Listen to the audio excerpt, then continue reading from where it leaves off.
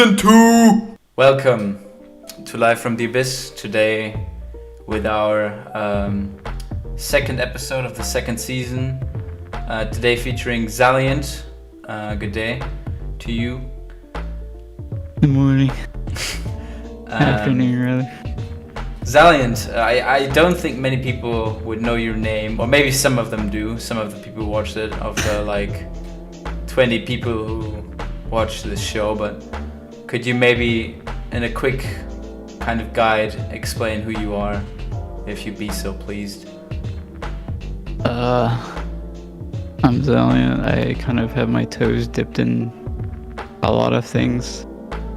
If you watch modded boss fight videos, I probably playtested or made music for them.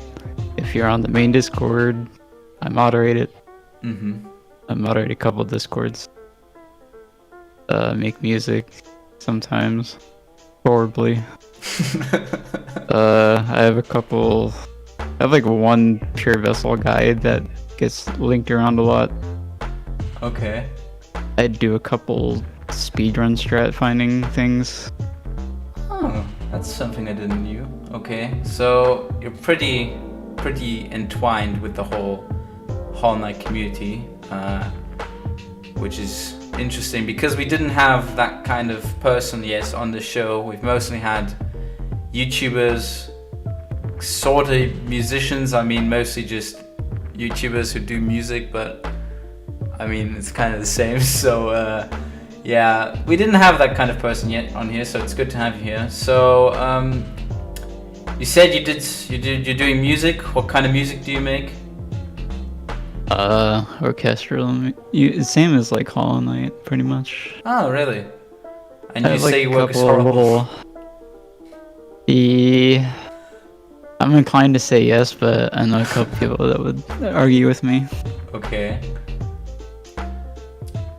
Do you have a YouTube channel yourself? I do. How many subscribers? 316 at this moment. That's I don't really pretty good. parade. I don't parade it around that much. I mean, not to beef on any parade or something, but I mean that's more than some of the people we had on the show so far. So I think that's pretty legitimate to have.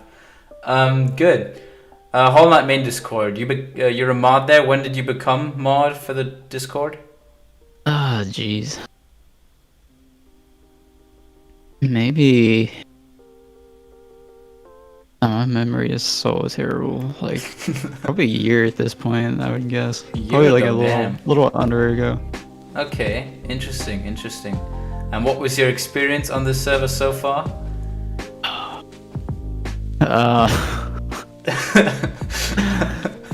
Wait, a lot of talk shit about the server. I mean, you're allowed to say anything on the show. I mean, it might spark a bit of shade from my channel onto other kind of forms of media. Unintended. Funny, but I mean, you're allowed to say anything here. I don't have any specific guidelines, except for, well, the most basic of shit, you know, like no harassment no like inciting to violence or something. I mean, that's obviously, of course, not legal technically. So I mean, I would be a bit insecure if that one would happen on the show, but I don't think you're going to do that. So yeah, just say what you want. Well, any risk could be being demodded. It comes and goes in waves. I mean, I noticed this before I even got modded. It's with certain releases and of either media or other types of game pertaining news. There's usually like an influx of just. I mean, like, I understand it's silent majority, but I have to deal with the brunt of it. Yeah, I think the mods are kind of in a very unfortunate position when it comes to like the community itself, because like for me personally, like when I come onto the Discord, it's usually a 50-50 chance if it's a completely fucking horrible discussion going on at the moment, or if it's just like a normal talk, you know, like a normal topic, maybe even something that's been discussed a lot, but like usually it's very tame. the other part, the other like kind of 50% that I just said a second ago, I mean that's probably mostly the mods' daily work, which is I'm very sad that they have to endure that. I have sympathy with their cause, but yeah. Yeah, so it's very interesting. So like, even before I was mod, I kind of noticed it, but like I was hanging around in HK discussion a lot, which there's no Silk Song back then. But then after Silk Song came out, I really stopped paying attention to HK discussion and more in Silk Song. And then now, even now, I'm slightly waning off of that and just not really participating as much. I still check it, but it's I don't really participate that much, other than maybe come in when shit's going haywire and just redirect it, and then go away.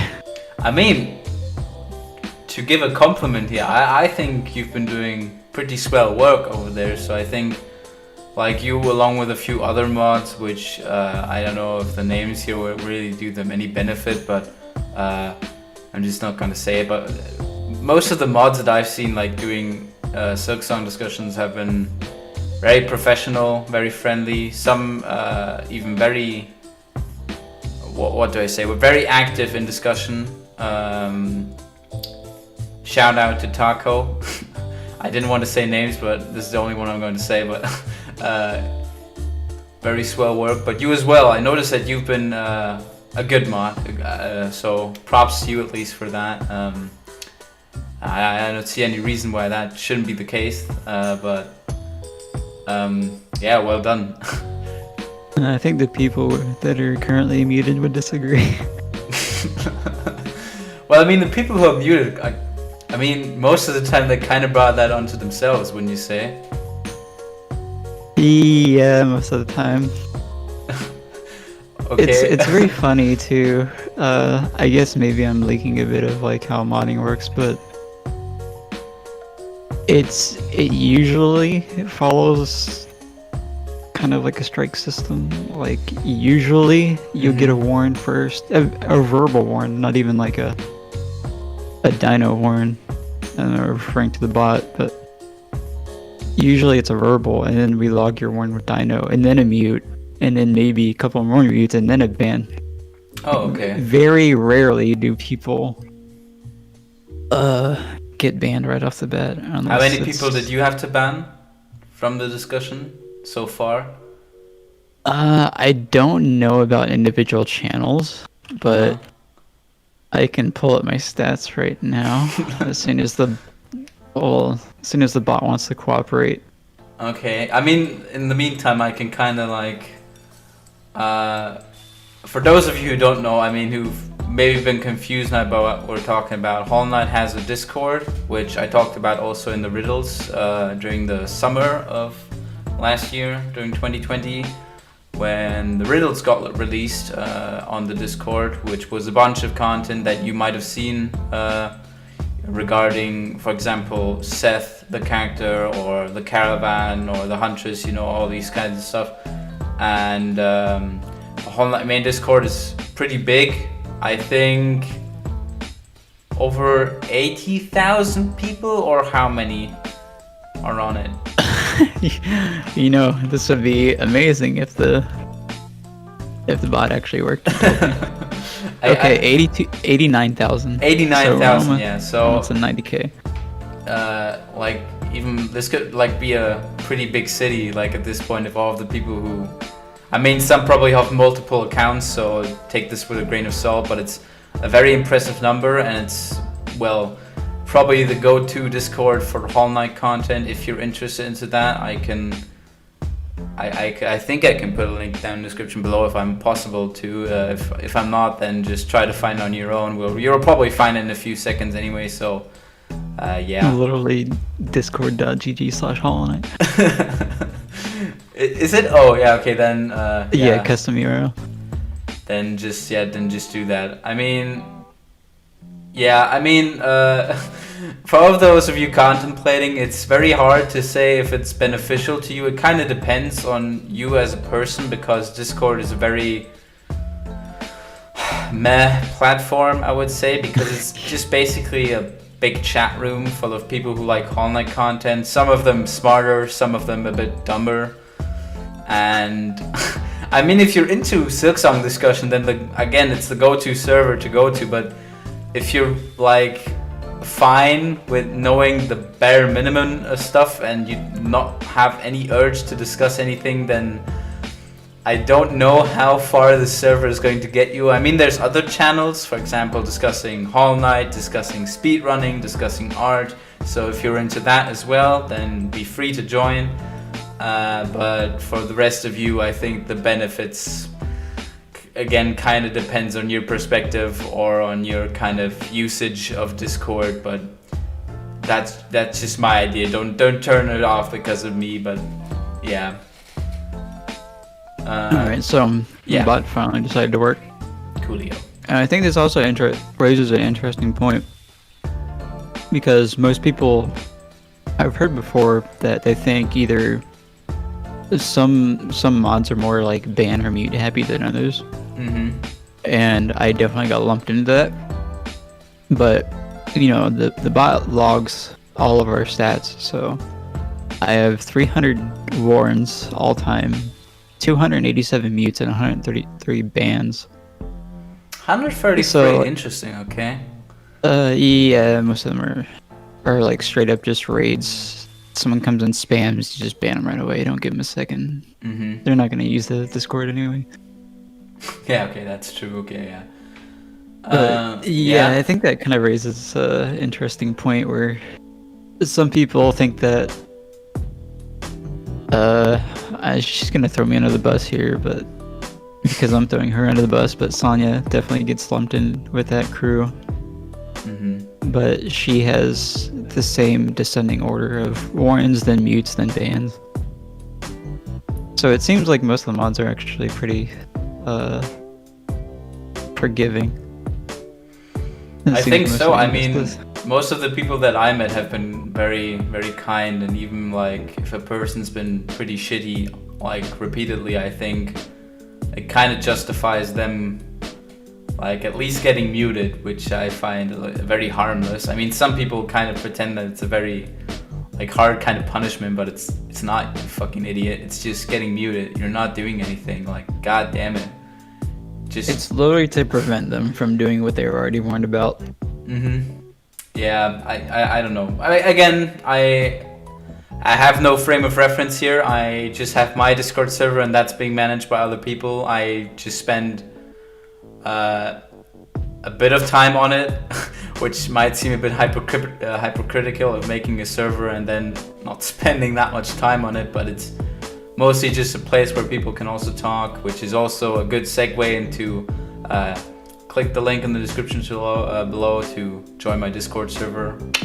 I don't know if that was a good plug, but probably not. Yeah. As well, I'm sure a majority of your viewers aren't actually subscribers. So yeah, if but you are watching this, honestly, okay. hit the subscribe button. Another point, okay. You know, the whole fucking opening a video with like 99.7999% of my viewers are not subscribed to my content. Oh, of course they're not. If every That's person how that, YouTube works. if every person that viewed my content until now, and even like none of my videos, like my highest video is like, I think something over 20,000, I think. So which is incredible for me. Like I'm completely like I have no complaints. I could be having 100 subscribers and I probably would be happy, which sounds kind of stupid, but it's true. But like that, the fact that the majority of people viewing my content aren't subscribed should like be relatively clear, because I only have 2,000 subscribers compared to a video that has 20,000 views. And like, to all of my YouTube colleagues who might be seeing this and stuff, like, I mean, if you say it in every video, okay, it gets annoying really fast, but like honestly, it always sounds so fakey and so corporate, you know, like It really does. And before we get into the video, I noticed in the statistic, I just noticed that I wasn't definitely not looking at the statistics all the fucking time, but a majority of you are not like clicking the subscribe button, which again, I as a YouTuber shouldn't be complaining about, because the fact that people even view my content is completely fine to me. Like, if you're not subscribed to me, I get that. If I were a normal viewer, I would probably not be subscribed to me as well, because I have a very high, like, kind of, I don't know, it's kind of this type that I only subscribe to people on a certain level, which is very hurtful for smaller YouTubers, of course, because like they need the subscribers more than like the guys with like 11 million. But it's just something that because the smaller YouTubers don't come up that much, and I don't know, because usually they need a bit of time before they can become like normal channels, you know, before they can get like normal videos or decent editing and stuff. So if I view their content, that should be totally fine at the start, because they're going to get better over time eventually. But I don't know, this might be a wrong opinion. What's your kind of side on that? I think it's valid, because it's like no matter how entertaining somebody is, or like how, say for instance in my case, I like people that are, I usually subscribe to people that are really good at the game, or something like around Hollow Knight or something similar. Like, they're still not going to possess any skills that retain viewer retention, I guess would be the word, even though I just said it twice basically. Yeah. But like they need to keep making videos in order to actually crack down on stuff like how to edit properly, even if it's just simple cuts. Yeah. Like the average time of like a clip or whatever. Even I noticed this too when I was making my all-inclusive Pure Festival guide. Because I don't talk in any of my videos, so it's very intricate about like where you place a text and how big you make it, because like the viewer has to look at the text, which is bringing their attention away from where they actually look in the video. And there's like all sorts of like little things like that people just need time to develop. Yeah. I mean, because the difference between like the views and the subscribers should be obvious to many people, because, for example, like recently there's been this meme, the Grubhub meme. For the people that don't know, it's a very cringy advert by some kind of food fucking app or something. It's not very funny or anything. It's just very cringy, and it's been memed a lot. And I've noticed that like as soon as I watched one of those memes about that ad, I got like 12 new videos of it on my feed. And when I watched a few of them, I noticed that they have like 300,000 like views, because it's very popular at the moment.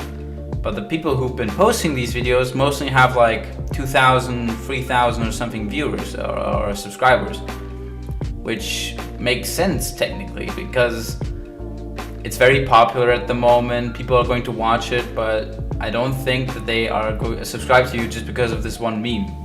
Again, as you said, it kind of depends that you do quality content over a long period of time, where more and more people kind of find your videos, and they maybe see like, if you do one popular video, then that's great for you, like if it gets like hundreds of thousands of views, but it's not going to boost your subscribers that much. You need to do a lot of like very popular videos to keep this kind of popularity upwards, I would say, to keep the span upwards, so that more people get subscribed, you get more viewers, and then that leads to more popularity and stuff, and on and on. I mean, it's just basically, it's basic human, or well, YouTube function, but yeah, I just noticed that. But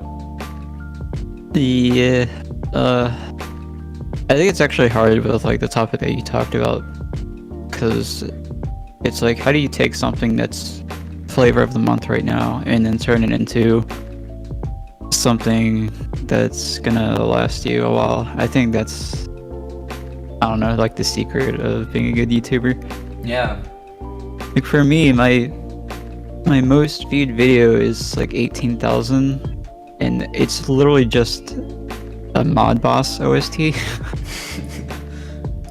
But like I noticed that any time that I don't, like I just post other music, even if it's not related to Hollow Knight at all, it's usually doing really well in terms of views.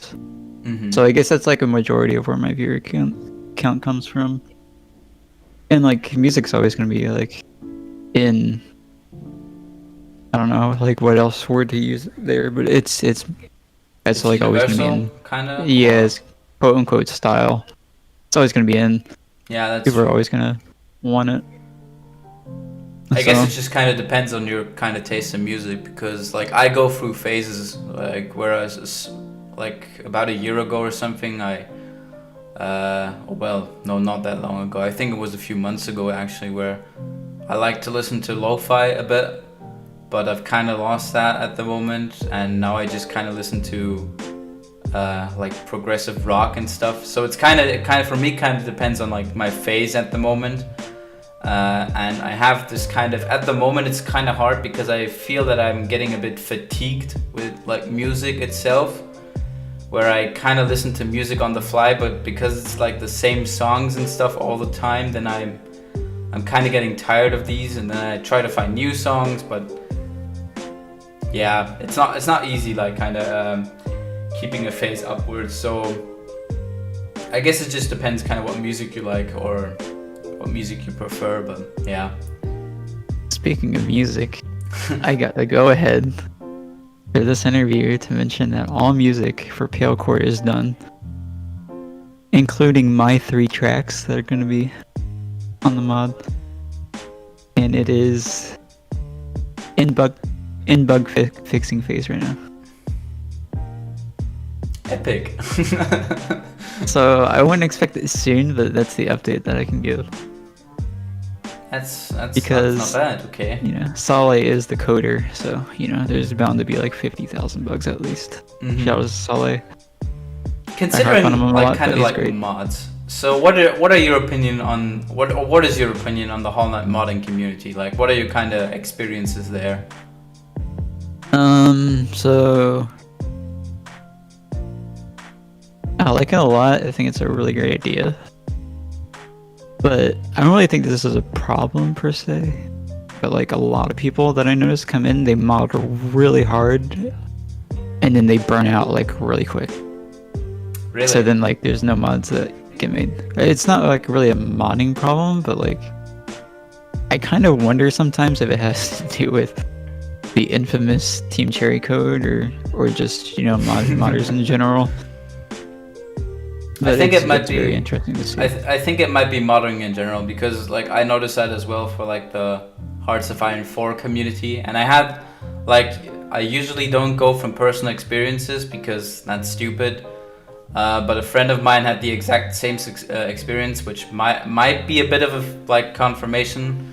Where I don't know if you know Hearts of Iron 4, but it's basically just a strategy game and just like a historical kind of strategy game and stuff. And there are a lot of mods being done for the game, and I think I would even go as far as to say like the mods are actually sometimes better than the normal base game.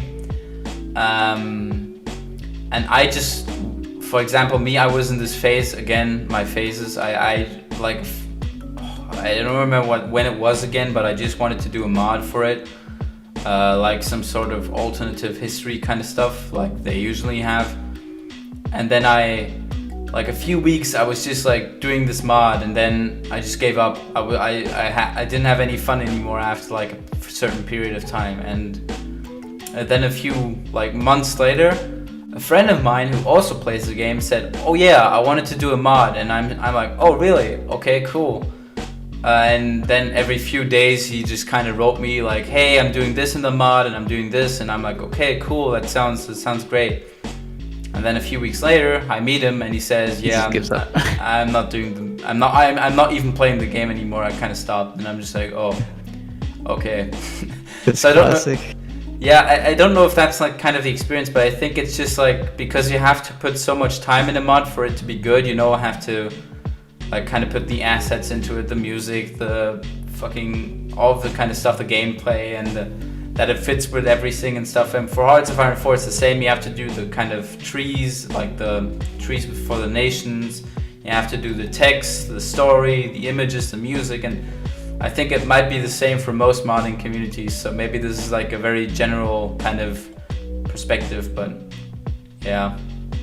I could be an armchair developer with this as well, but like, yeah, I don't think a lot of well, I guess first, like the general public has like no idea what it takes to make a mod in general and to make a good mod. Mm-hmm. I see people with like no experience just come in and be like, I want to make a mod. And then they get linked to the API docs and like getting started, and then they never heard from again. Like like 99% of the time. Or they drop their modding idea and nobody makes it because making mods takes a fuck ton of time. Yeah, it's like, I mean, these people come in like, what do they expect? Like, okay, I have this idea, and then like, do they think somebody will just come to them and be like, oh my god, I could do that for you? Or do they just like believe like as soon as they say it, they could do it like 5 minutes? I mean, it takes time. It's like video editing itself or something. If you want to do it really, really well, it takes time and it takes effort, and it's kind of like YouTube itself, because like I see so many people being like, oh yeah, I could start a YouTube account, or like I could do videos. Like, yeah, sure, go ahead. Like, it's a free platform. Do what you want. I myself like kind of had that spirit, but you have to keep going, because like as soon as like you do one video, you know that you have to do that. If you want to be like successful and stuff, you have to do that multiple times. Like, it's not like you do one video and then you just become Mr. Beast or something, you fucking loser. You have to do your fucking work. It's like every other job on this planet. You have to do work. You have to train in something. So people like to hit that one video that does well and then just give up after that or something. Yeah, I mean, I see a lot of channels where like I'm subscribed to them at times where they did like one really well done video, like because they always come on my feed, like for example, which one was it? I forgot which one it was. I definitely remember watching a Legend of Zelda video, which was really well done. And then I checked out the channel, and all of his other content was completely different, which wouldn't be a problem for me, but it's just kind of like, I subscribed for that video. Now, as a subscriber, I kind of expect him to do more of these videos. Otherwise, I'm just going to go, like in a few months, going to go back to the channel, just not subscribe anymore. Which might not hurt him, like kind of, but I think it just kind of depends, because obviously your kind of most successful video will be the one kind of type of video that everybody wants to have. And so if a YouTuber kind of wants to do other stuff, then they're kind of fucked, because they can't do it, or at least they can't do it if they want to get subscribers very easily. Because I mean, let's be honest, like here, okay? Because every Hollow Knight YouTuber on this platform, okay, every single Hollow Knight YouTuber right now, like everyone, could just do Silksong content and just milk that shit like all of the fucking time and get, and I mean, in a span of maybe like 1 year or something, could be like 10,000 subscribers, like definitely. But in the end, your content's gonna be fucking shit, because everyone's gonna watch it, but it's gonna be fucking horrendous, because you're going to say the same thing over and over and over again, which is already happening. We have like 5 different like Silksong reporting channels, and most of them just say the same fucking thing over and over again, which is not very fun. Yeah, it gets views, and I mean it gets subscribers, but it's like kind of this, and I just kind of noticed that, because on a very surface level, my channel, Stizzle's channel, Taco TV's channel, and maybe even some other kind of smaller channels are not very different. They're very fucking similar. We're Hollow Knight YouTubers doing content about Silksong before it's out. How fucking big do you think that topic is going to be? It's not going to be big, because it's just going to be a release date video, a bosses video, a map video, another release date video, another release date video, because you can't have enough release date videos, a kind of video about the release date but also talking about something else, a tools video. Everybody's gonna have that because it's the same fucking content. So you have to talking about tools. Yeah, that's a running gag. Yeah, you kind of have to find something that makes you kind of different from the rest, and that's why I kind of started this show. I started like the review kind of stuff because I kind of just noticed that doing the same content as other people is kind of boring, and it's kind of lazy, and it's not very rewarding. So I kind of wanted to do different content where I can say the shit that I wanted to say and just like talk about my opinions and stuff, which is a lot more interesting than saying, hey guys, have you seen these screenshots which have been reposted like 4 million times? Yeah. It's not gonna be fun, okay? You've already seen it, you already made up your opinion.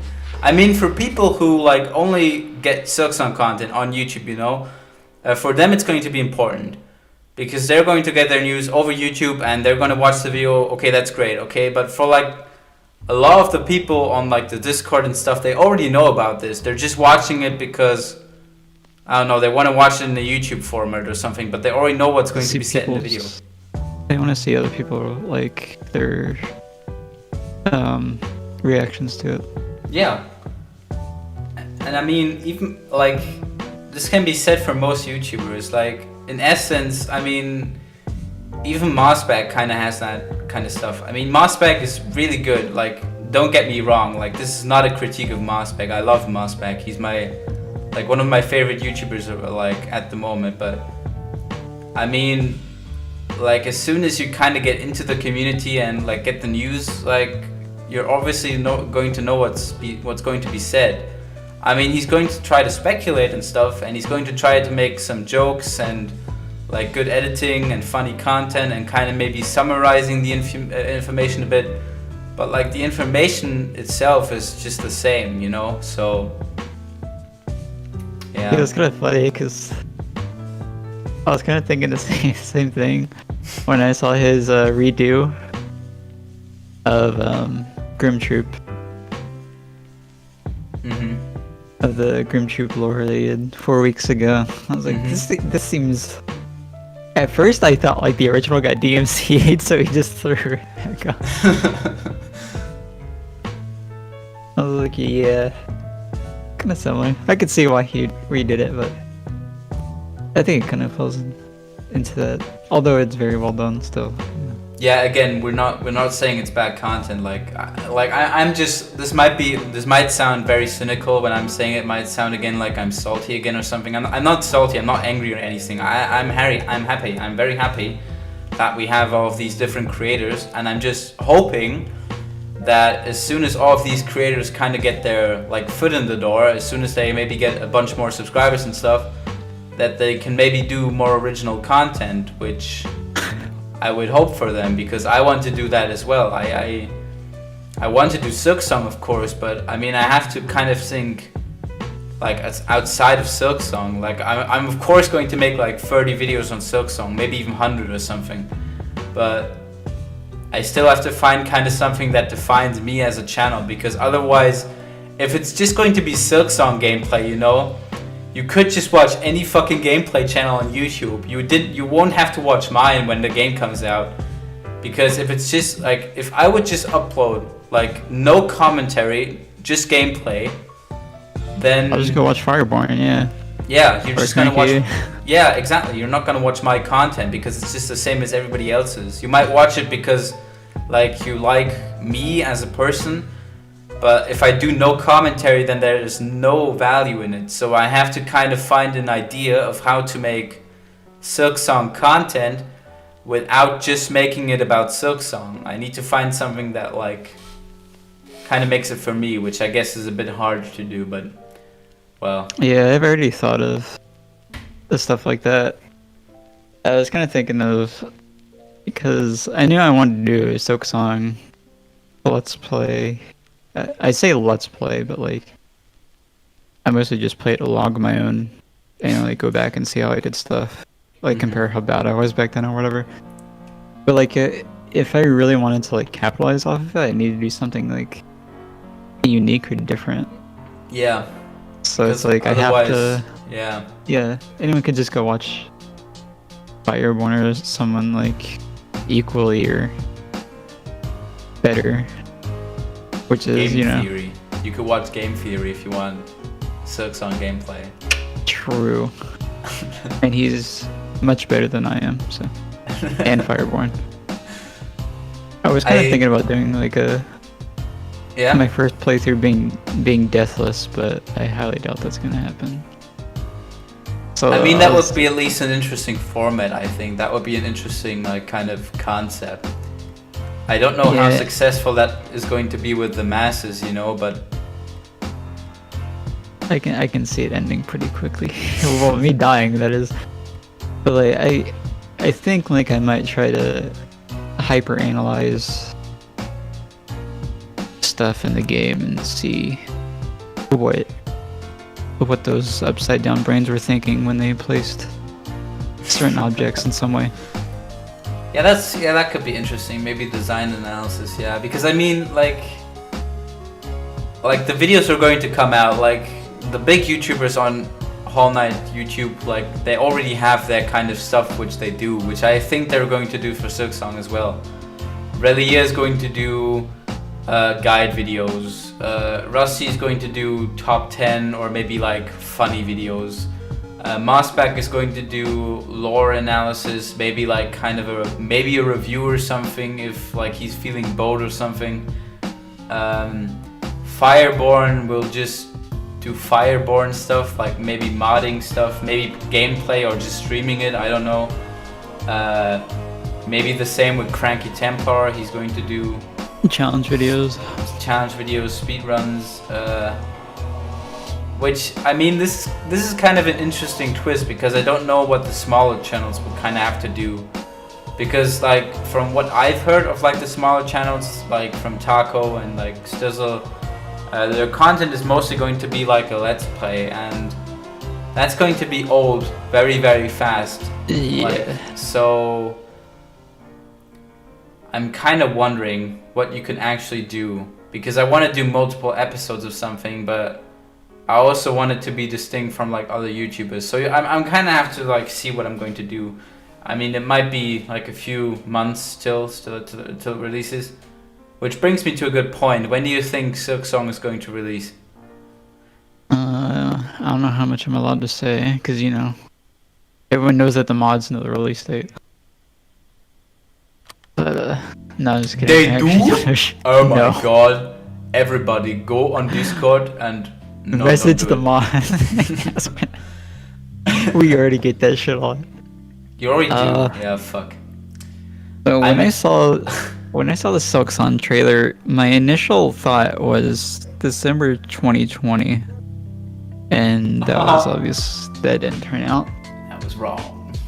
So I'm very cautious of making any sort of like predictions, because we did just get news, and anytime anyone gets news, the first thought is like, oh my gosh, they're showing more and this looks really good, so it must be release. Yeah, that's true. They're very optimistic always after like news release. That's true. Yeah, it's very easy to fall into that trap, but at the same time, like I could like a realistic thing that I probably think is it's like a press kit version, and they get really nice and tidy for press stuff, for say Edge magazine. But I think that, and as well that I know a couple of the playtesters. They didn't tell me anything, but like you can see when like they're all online on like mobile, because you can assume that they're all in the office playtesting probably.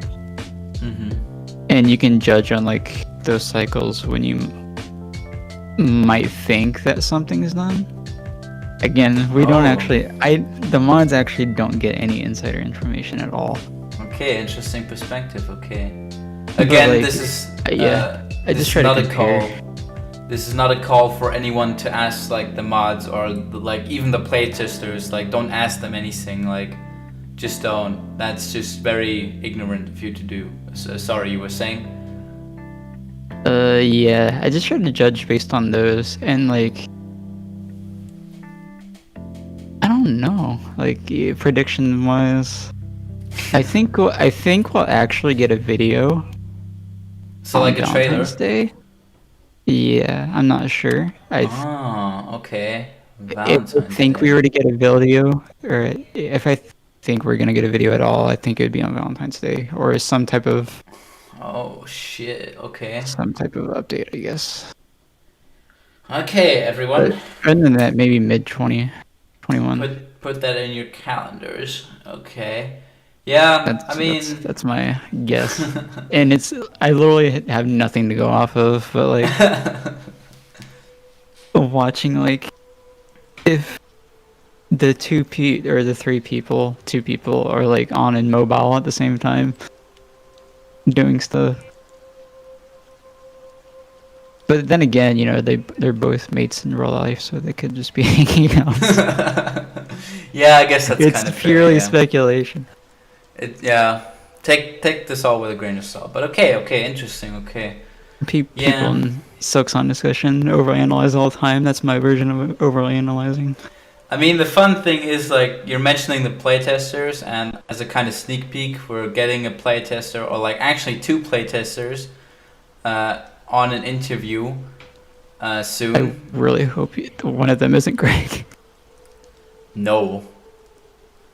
Oh, it's okay. It's actually the two admins of. Okay, yeah. You know who I mean. So yeah. Yeah, I knew one. I just didn't know the other. I was mean, like, Greg's just gonna troll you up and down the entire. Yeah, movie. I mean, Greg is very welcome to join the show if he's interested. But seeing as though no one will watch this video except like again maybe 200 people, 300. This is my guess for the view count, kind of. So I'm gonna say 200, 300 views, like the last episode. So I don't think that's going to spark a major reaction. But yeah, interesting. Okay, good to know. Yeah, with what you said with like the kind of Edge magazine news that we had like practically like a week ago, basically, maybe a bit more, maybe 2 weeks ago. Yeah, everyone's been very optimistic after that, but again, as you say, they could just be giving out clean screenshots. They could just be giving out the info that they already like had prepared. I mean, people pretend that like that it's already done. Yeah, just because they have a lot of info, it's already done. I mean, they might be in the later development phase. I'm not saying that's impossible. I'm not saying that a close release is like out of my imagination or something.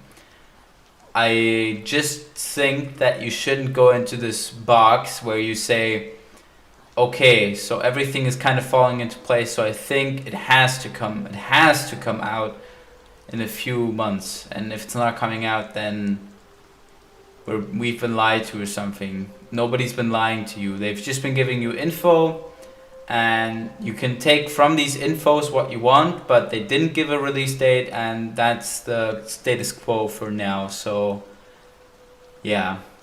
Yeah, so I don't actually know how to say this, but like if you have a tree, right?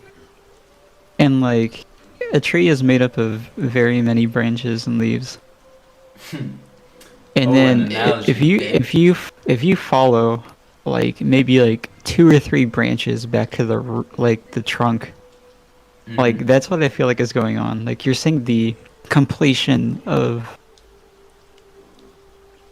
maybe like a couple parts, like the demo part or like maybe a press release is all coming together, and it's very like well put together, well done. So then people just assume that about the other probably 98% of the game. And then that's where the optimism comes from. overly optimism, I guess. But yeah, I think I again, it's just kind of like when I've been interacting with like kind of people, and I follow myself into this kind of optimistic view right now, which is why I'm kind of hoping that mid 2021 is kind of a good release date. But again, I could be totally off. I mean, people have been optimistic from the start a lot, so it's really hard to judge. And I know this has been said a lot of times. Like, it's been said like over 3 million times. It's almost a cliche by this point to say something about, oh, we don't know the release date, or we shouldn't be optimistic, or we should be realistic. But it's true, so don't judge me, please. yeah, I just it's very funny to see like how many people think they know what's going on when they're armchair game devs. I know what is going on. Team Cherry is doing exactly as I have theorized 2 years ago. And you're comparing like an actual studio to like you who's never you maybe printed Hello World, but you know that's maybe it. But, like, there's just so much. Like, one of the things that I assume, and I'm not even a fucking game dev myself, but like Greymore is just gonna be fucking terrible to like make changes to if they need to, because that area is so big and interconnected. And oh yeah, like even like from the like 5 screenshots that we have of it, like every screenshot looks fucking different and has different fucking enemies, which for me is going to tell that it's either going to be the biggest area or like comparable like to some other area maybe. I mean, Deepness itself was also pretty big. So yeah, it's pretty big, but I think Deepness is also pretty I don't want to say linear, but like I mean, it had the illusion of being big. Yeah, I mean, it's very like kind of encapsulating like once you get through it and stuff. So it's not, I mean, like for example, there's this big kind of lost village kind of on the left, you know, but I mean the village itself is like only like 3 rooms, so it's the illusion that it's very big, but there's like not really a lot there. So I'm kind of wondering how they're going to, I think Greymore is going to be pretty full and pretty big. So yeah, as you say, I think if they want to fix all of the bugs and stuff and all of the characters and stuff, so I think that's definitely going to take a long time. Yeah, especially like how from what I understand, like the rooms are much more vertical as well, so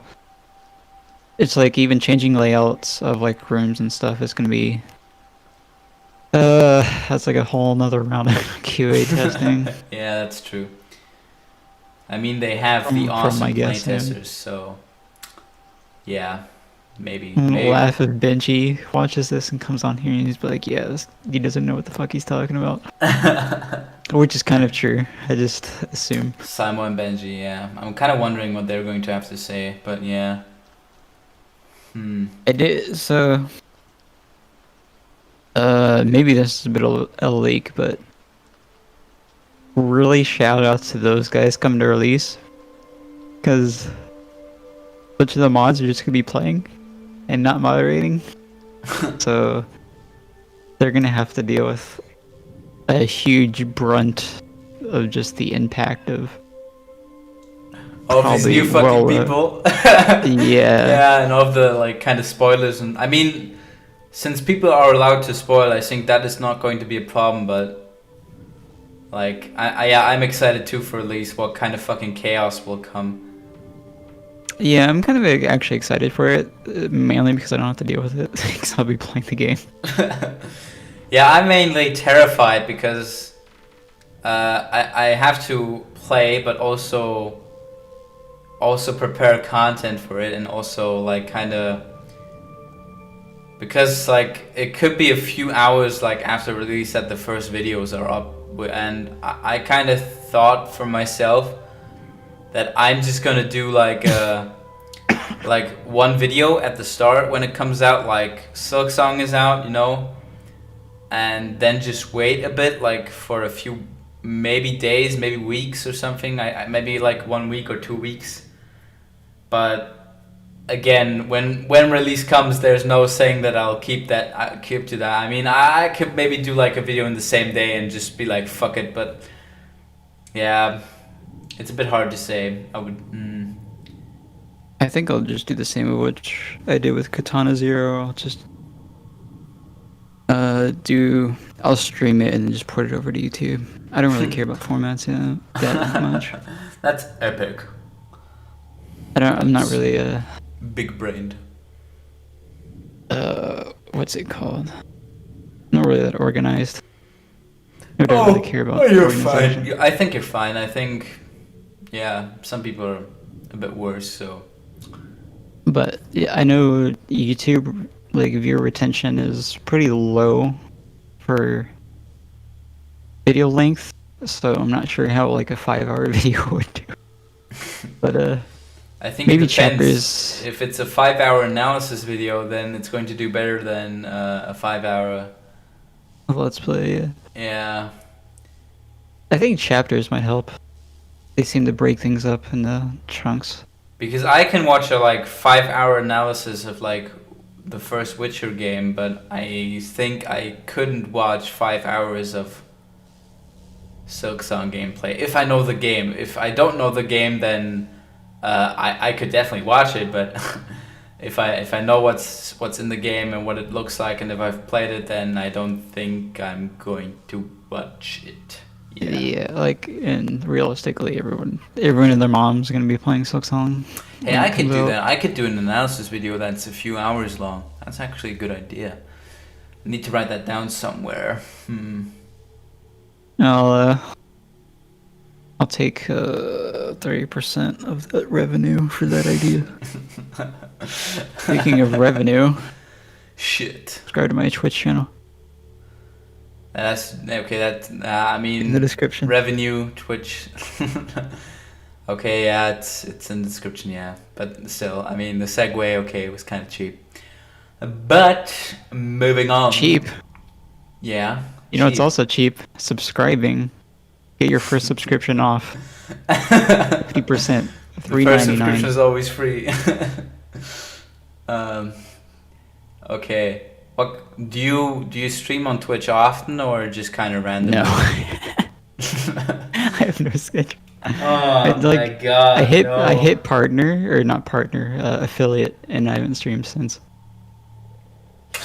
And I Zaliant, you can't do this to me. You can't have me advertising something that's barely in function. So that's the fun. That's the fun of it. It might get useful. But it's like subscribing to a dead YouTube channel that hasn't uploaded in like 5 years. I mean, sometimes they might surprise you, but 90% of the time it's just going to be nothing. Just looking at you, nothing. Forgoner. Yeah, I had a few of those channels. Kind of sad. It's kind of sad, yeah. Very sad. Speaking of Twitch. No, I thought you were about to say sad. Like depression or something. I mean, speaking of sad, yeah, I mean... how has your day been? Alright. Woke up, played a game Valorant, lost. Okay. I did nothing. I sat on my fucking paper a few hours, but that's pretty boring to talk about, so yeah. Not really that fascinating of a story. Team Cherry, if you're watching this, please give us release date, please. I beg you. Because we are entitled to a release Precisely. date. We're the only two people on the fucking planet entitled to the release paying date. Customers. I have paid $15 for Hollow Knight. I am technically a premium subscriber, so... I paid zero money. You got it for free? For the win. No, I'm just kidding. Don't pirate. Oh, that's actually a good question. I got it for my birthday. When was that? Like, when did you get it? On my birthday. I just said that. I'm just kidding. 2018 October is when I got so one of the earlier people. Okay, interesting. I got it after. Well, I think August was Godmaster. So I joined at current patch 1432. I think that is. So I mean, joined the after the game was already done with generation updates. fucking sucks. So I mean, 2019 for the win, but okay, sure, buddy. It's here before Switch. Those are the good days. I have to harp on Switch. When was the Switch version again? I don't know. Hollow Knight. Typing. Oh, it was before then, actually, June 2018. Bruh. I assumed I was at before. You're actually also part of the loser generation, haha. True. Shit, Maybe mate. that's why. That fucking sucks, mate. God damn it. Maybe that's why the generation sucks. Same time as Switch release. I wonder if that will kind of happen for the Silksong one as well. If like in a few like years, like 5 years or something, and Silksong's been out for like 2, maybe 1, and then suddenly we have all these different generations of people who join. Like, hey, I joined when MatBat did his Silksong Fury, or I joined when Inde Mouse did his Silk Souls video, or I joined when Jacksepticeye did his first or only video on it or something, or I you joined mean Jackspedicy. Jackspedicy, yeah, Sean. Or I joined when the Game Grumps did do an episode, or I joined when Only Plays did an episode. I'm just kind of wondering if we'll have these cool waves again of like, I'm coming in. I joined when PewDiePie did a Let's Play banned for being under 13. Yeah, I'm kind of wondering. I'm just curious how this whole like event is going to unfold. If like if the same stuff will happen again, like just imagine like in like 2 years or something, suddenly you go onto your YouTube feed and you see Mossbag's the almost complete history of Silksong on your fucking feed, and it's just like, oh my fucking god, like it's all repeating, it's a big cycle, it's like a big huge kind of spinny wheel like that turns around all the time. It's going to be the same people with the same experiences, maybe even a second like Hollow Knight main Discord. Oh my god. Oh no, please. A Silksong Discord that also has like 50,000 people in it. Like, oh my god, it's happening again. It's a big time loop, a time warp. I will not be in that Discord. I'm only in like 2 Hollow Knight related Discords so far, excluding the YouTube related ones, so yeah. I don't know if the YouTube ones will count. Interesting. Okay, we now get to the segment of the video where you have the one in a lifetime chance to ask me a question. Anything you want. You can ask multiple questions, you can ask no questions, you can ask one question, you can shoot me, anything you want. So it's already been an hour. I know. I was totally expecting us to talk about gaming pasts and stuff like that as well. It's already been like a fucking hour, dude. I can't make this video like 2 hours. I mean, I could try to make it 2 hours, but damn, like a 2-hour video, that would be interesting actually. But hey, maybe something spawns from like discussing me, so go ahead, ask a question. Well, the one question I was gonna ask is if you're subscribed to my YouTube. I don't think that would spark any discussion. I don't know. I don't remember if I was. Fuck. You're asking me a hard question. I would look, but that would disrupt the video, so I'm just gonna maybe look on my mobile. In the meantime, you can list your favorite area in Silksong and explain why you like it that much. And that's actually really hard.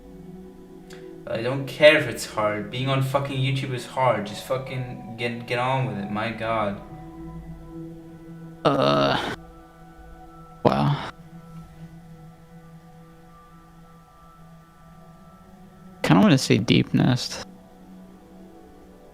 Bro. Yeah, that's very, a bro moment. Very claustrophobic. They get the feeling done of the area pretty well. Oh hey, I was subscribed to your channel. I wasn't subscribed to yours, but now I am. Kind of people would say videos. I would say Green Path, but I really don't like the hanging vines that you chop down. You don't like the hanging vines? What the fuck? That's like, the best part. I think it was very baked in. Why, Zaliant? Why? Why must you do me like this? I mean, I also don't like the pogo shrooms and fungal waste either. I think it's very... Oh yeah, I'm seeing your guide here. Okay, so that has like 3,150 views. Impressive, actually. Would you actually go on to say that that's your like favorite video of what you did, or is there one that's better? You would say. My favorite video is me doing Pure Vessel at 3 times speed. That was... it's like about 180 hours to do. 180 hours? God damn it, dude. Ew. That's I mean, like, it's not edited. It's like in real game time. 3 times speed or 3.5? 3 times. The 3.5 was like... I tried it out and I was like... That's alright. A no. Like, people... I don't think people like watching that video. Fire... the 3 times one, not the 3.5. I mean, that's only 1 minute as well, so... Yeah. Fireborn actually pointed out, and I really agree with him, that it doesn't really represent... Like, it's impressive, but like to watch it as a viewer is like not very... It's not like very entertaining. It's just like the game going really fucking fast. So like I can really agree there though with him. That's a gamer moment right there. But I do plan on doing the same thing with Silksong. Find a boss I really like and just grind it really hard with like increasing speed. Maybe Seth looks like really fun. Maybe you could do like a Moss Mahler video or something in 4 times speed or something. I did Gruzmother 420 or 4.2 times speed. That was really entertaining. It was just... It was really bad, but it was very funny to do. I do agree. I definitely think that everybody should go watch that video and press the like button. Like you should do now, if you're still watching this video. I'm trying to get this video to 2 hours because Zaliant kind of brought me on the idea of doing it, so... I mean, 2 hours? I mean, we could talk... We haven't even touched on, like, past games. Like, how did your history in gaming start? Okay, my history in gaming. Okay. The first ever video game I ever owned was Pokemon Red for the Game Boy. Not Color, because whoever has a Game Boy Color is a fucking loser. Just a normal green Game Boy. Wait, is the green Game Boy the normal one? I don't know. I don't remember. It's too far back for me. Maybe I just called myself a fucking loser, but Pokemon Red was actually given to me by a neighbor.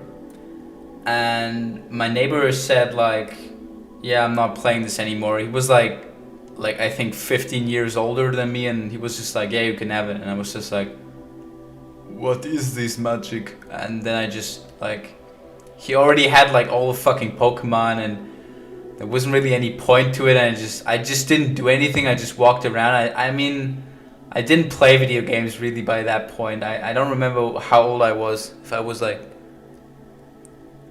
3 or 4, maybe 5. Fuck. but I just remember not doing anything with it. And I think the second ever like video game that I played was actually the Wii. So I think that was like excluding visiting my friends, you know, like just my actual like first ever owned console was. I think the Nintendo DS actually came before it. Yeah, the Nintendo DS was before that, and on that I played like, you know, I don't know if you. I think you people also kind of have that like memory cards and stuff where like 50 different games are on it and stuff, which technically would be pirating, but I would call it enjoying the game. So. Yeah, I had a lot of different games on there. It was really cool. My neighbor did it for me. Like another neighbor, we already moved by that point, but another neighbor did it for me, and it was very, very cool. But I wasn't really like playing games. I was just playing it when I was really bored or something, or when no one was over or something. I didn't like just sit on the couch for like 5 hours and play Nintendo DS. I don't think you could actually do that, but some people might. So what's your first game kind of story? Man. I think the first game I ever played was Mario. Which one? 64. Oh. And then the first game that I really remember playing and being really into was Sonic Classic for the Sega. I don't really remember what console that was. It was so far back. This is in the early Sega 90s. Saturn or something, or a Sega Genesis, I think it was. Genesis, yeah, that was the other one. I used to, embarrassing kid story, but I used to like run around the house with like my arms doing like the little Naruto run, pretending I was Sonic or whatever. Or I was like 3 or something. That's a bit poor. No, I'm just kidding. Yeah, then, I was more into Harry Potter or something, or Star Wars, like when it came to that, but I can't remember, but, and then, I went on a job with my dad, and I did like a lot of work. I was still like young, like 10, I think, or something. And then I got a bunch of money, and I bought the original Xbox and Halo. The first Halo. That's cool. And that's when I really was like, holy shit, shooters are awesome. And then... Speed review, what's your opinion on Halo, the first one? Halo, the first one, is a classic, is really... It's hard to say because, you know, you look at it now and it has so many flaws, but like... Back then it was like really engaging and just... It made you, it really gave you an immersive feeling. It really made you feel like you were the Master Chief in that game. It really did. And if anyone's feeling nostalgic, there's a video online where Marty O'Donnell, the composer, and a bunch of other devs like sit down and like talk about like old development stories of Halo 1. Really fun to watch. Okay. But, and then I got my first computer. It was like this was like Windows 95 or Windows XP. I think mine was Windows XP, so. And I played a fuck ton of Command and Conquer. I think it was like Red Alert 2. And then I got PC games. Yeah, I think the first PC game that I played was like the fucking pinball game, if you count that as a game. Yeah. That's I was like talking like CD-ROM games, like Doom. And I think Doom was like CDs. I didn't really have like CDs like of like PC games. I got like there's a magazine in Germany called PC-Spiele, which is basically just PC games. PC Gamer, yeah. Just games. We had that. Okay. And they sometimes have like special editions where they gave a disc with like a game on it, and I think a few of those games I had, but like the games on that were I didn't actually really play them because I just wanted the magazine, which I mean might sound stupid, but I just wanted to read a bit. Like I wasn't really into like playing an actual game they talked about. I just wanted to read about it. It's like before you get all these YouTubers and stuff, and I don't actually remember what my first like PC game was. I think it was probably something free to play, like maybe Battlefield Heroes or something.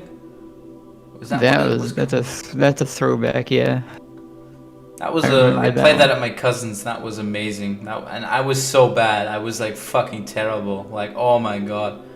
I just remember like being so confused about what was going on because I hadn't played a lot of shooters before. Because believe it or not, the Nintendo DS and the Nintendo Wii don't have a lot of shooters where you could test your gaming skills on.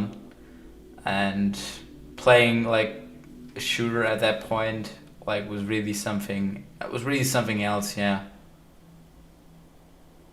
I got into shooters pretty late. I think. You just said Halo. Man. Well, I mean, like on computer, like Oh, okay. On PC, okay. I don't know why, but I consider Halo different because it's like single player. Oh, okay. Because like okay. I'm like really, pretty much like almost every game I play now is competitive multiplayer stuff. Hollow Knight was a very out there choice for me. I mean, I got a it. Departure from your formula, you would say. Yeah, so like I have a group of like 3 friends, or two other friends that we mostly just play shooter games like all the time, and then one of them just kind of likes playing hard games in general, like really really hard games, and he just gave me Hollow Knight. I was like, is it hard though? That's like the only thing that like I wanted is like just a really challenging experience. And he's like, yeah, it's pretty hard. Is it? I mean, it might be my like kind of, since I'm looking on it back, like I already like played it like so long ago, but is it that hard? I would say in some parts it's mildly challenging, but like if you look at the overall game, there's like 3 or 4 things which are like really hard, and the rest is just okay. So like getting to the Radiance took like no time for me, but then like post Radiance was like where all the difficulty lied, I think. Yeah, and I had a ton of fun with the Pantheons. I loved getting. Yeah. I actually really loved getting like 30 bosses in and just dying. Oh no, okay. I think this is where our opinions for the first time in this video really diverge, because I think personally, and this might be controversial, unpopular, I think the Pantheons are the worst thing they put in the game, because I don't mind the boss run like at all, but I had this like feeling of I wanted to see the ending and I wanted to complete the game. But it's locked. I mean, not like a relief. I'm not this kind of guy that's like, oh, they should have made it easier or like something, but I just find it so utterly fucking boring going through the same bosses every bloody time. Like when they like the first part where they like split up the Pantheons, you know, into like different categories, and like it gets progressively harder. That was completely fine. I enjoyed that. But as soon as I got to the last one, I just kind of broke. I just took a pause from the game. I didn't want to play it because that was the only thing I had left. And then some time later, like I played it weeks again, and then I just beat it. But I didn't really feel satisfied, I must say. I just kind of felt like I saw the cutscene before. Yeah, I saw the cutscene before. It wasn't really a reward anymore. It was just like, yeah, okay, I did it. Cool. The Path of Pain was different. As soon as I did that, I felt really, really happy, even though I also already knew the ending. But it just took me like a few hours to do. Pantheon, like, from like, not like how long I actually played it, but how long I had to get on the console and do it. Like took me weeks, so that wasn't fun. That that was probably the most boring experience I had in the fucking game. So the rest was fine, but that was really exhausting. So what's your kind of perspective? You say you like it, so I'll kind of hear your kind of side on it. Well, I mean, I can see both sides, to be honest.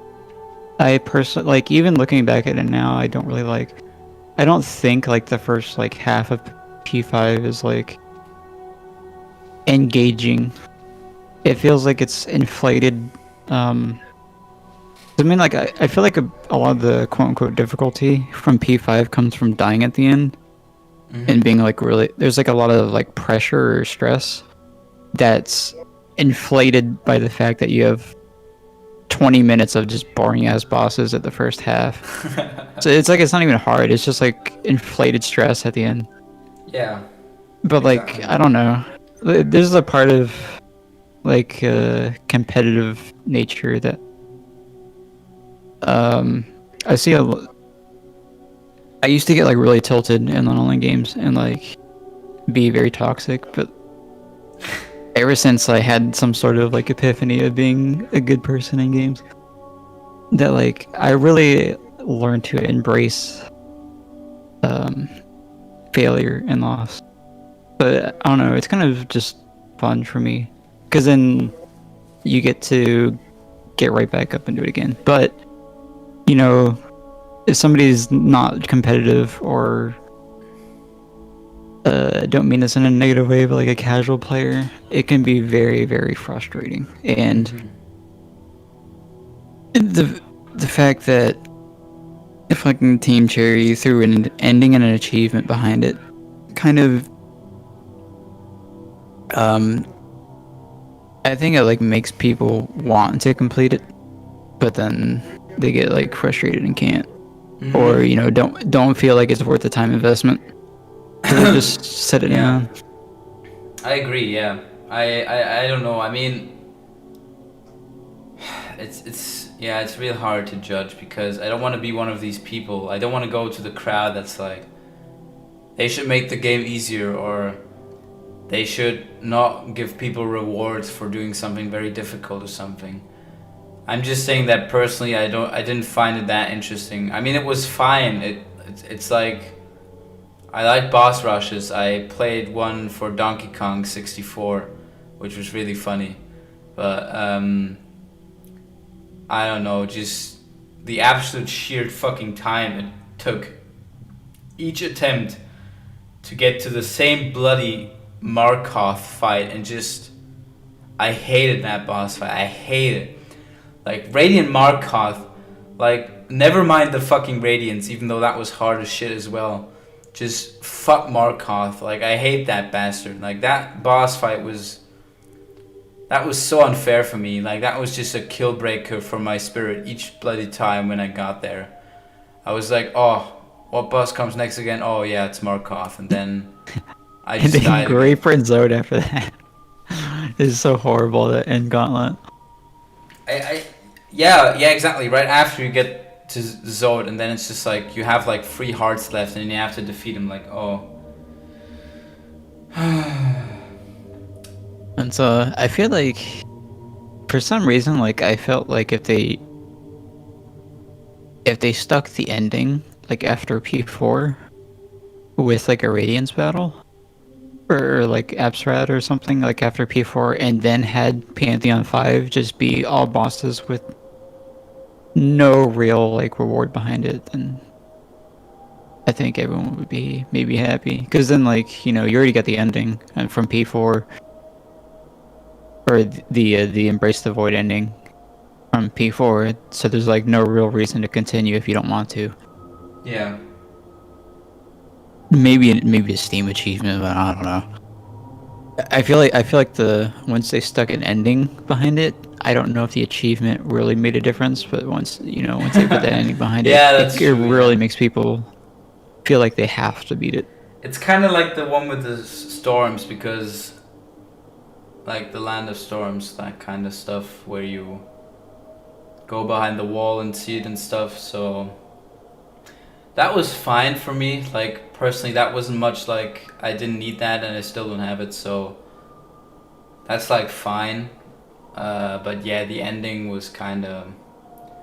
I don't know. I'm kind of wondering how they do it for the second game. I think because it's not going to be like a DLC from the start, so you won't have an ending locked behind the boss rush. I think boss rush. It might be an optional part in the game, which would be completely like that would be fine for me. That would be good. Some kind of reward maybe, but like making it optional would be good. Which I mean, okay, I guess Godmaster is optional. Deep Dog, you fucking hypocrite. Yeah, I know. You don't have to do Godmaster. You can just skip it. Yeah, okay. Fucking kill me, but I mean, it felt kind of like because of the ending, it felt kind of forced, or like at least part of like the main experience, which. Yeah, it definitely feels like implied that you should like maybe have to do it. I can definitely feel that. I originally thought of like something like really minor, like a gold needle that's just gold, like nothing else, as like a reward. You know, it's something very minor, and you really don't have to feel like you need something that's barely a fucking cosmetic change. Yeah, that's true. Did I just respond with yeah? What the fuck? I wanted to say yes, but my Germanness just came out me again. Oh no. Funny story, but there's actually meant to be a bigger reward behind P5 Hitless. Really? But it got scrapped. I mean, by that point, I would have just been using like the fucking game-breaking glitches. Like honestly, because I've throw debug on. Yeah, like I watched one video where you can kind of. I mean, it's a pretty universal like kind of invincibility glitch where you kind of like drop from a certain height and then you press a button at the same time and somehow you're walking under the water and stuff, and then you have to do some kind of stupid shit and then you can like you're invincible. Like yeah, it sounds like probably either has to do with Descending Dark or Dreamgate. Probably. I think I think it was Dreamgate, yeah, and like honestly, if at that point there had been something like behind P5 Hitless, I would have just done that. Like honestly, I think then that would have probably broken my spirits. But since it's like not very important, I don't really care. So what do I care for it? Yeah, so I guess funny thing on top of that as well is and for people that like glitches and whatnot, they use a thing called Dreamgate storage, and like right after you teleport, like when you're in that kind of kneeling down phase, you're invincible, so you don't get hit right away.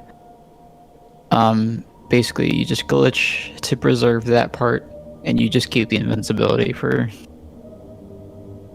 I think it's until you die or like exit out. Yeah, I wanted to try it once, but I didn't do it, so that's a dead end. Since we're on the topic of video games, even though that's been our topic for like 1.5 hours by now, what would you say is your favorite video game? Oh man, that's kind of interesting. I don't know if I actually have one. I might have one for like, you know, different genres, but I don't know if I have like one overall. I mean, for me, to all the viewers of this channel, trigger warning. It might come as a surprise to you, but Hollow Knight is not my favorite video game. I know. If you ever heard me say before that Hollow Knight is my favorite video game, I lied to preserve your feelings. My favorite video game is actually Rayman Legends. Yeah, now it's out. I'm a fucking loser. I just like unsubscribing. In Hello Knight YouTube news, famous YouTuber Deeptoptarian has sunk to new low. I don't know. I just really like Rayman Legends for some reason. It might be because that was the first game that I got on Xbox. Because I bought an Xbox One right from the start, you know, for like 529 euros, which at that point, like my previous console, the Wii, cost like 180 euros. So that was a bit of a step up, I would say. and we got FIFA with it, and I don't like sports games at all, so fuck sports games. But the first game that I really wanted to get and that I actually bought was Rayman Legends, and I got it on Switch as well. And I don't know, I just really like that guy. I just find his games really good. But yeah, so what's your favorite? Man, if I had to choose one game out of all the genres, probably say EVE Online, to be honest. Really? Okay, I have never played that game. I really like how you can do literally anything, and that the entire game is player driven. There's no, you go to an NPC vendor and just buy items out of fucking nowhere. Like in EVE, you can buy things, and it's like it was built by a player who bought the materials from another player who gathered it. It's all interconnected. And there's like always wars and stuff for land, basically. Interesting. And there's always just funny and stupid shit going on all the time. look up World War Weeb. It's a good watch. Yeah, I'm not that much of an anime type, but I can do that. Okay. It's very funny. I can tell a brief history. One of the player groups, their leader did not like anime being posted so much, so he just banned it at the expense of, if you go kill this other player group's leader and bring me like the trophy, I'll allow anime again. And that's how a little war started. What the fuck? Just over being able to post anime. It's very random, very stupid. Like, the internet is so confusing. God damn it. Okay, I might have to watch that or something of it. Yeah, that's true. There's a lot of rich history in a video game. It's very fun. Yeah, I've kind of noticed how like kind of these niche parts of like games or like YouTube itself have like some fascinating histories, and I'm just never going to be part of them because I'm not part of that niche fan base, or I'm not generally a part of that fan base, and it's just very interesting. I've noticed that, like, for example, the Minecraft community with like Dream SMP has a lot of like fun shit that's going on or something, even though I personally don't follow it. And I don't know, it's so interesting to me that it's like even though you're on the internet and you kind of mildly I would say interested in these kind of aspects, there's still like huge stuff going on that you don't even notice. And yeah, like I find it very interesting, so I usually try to stay in the know of like what's going on with at least other games that I follow.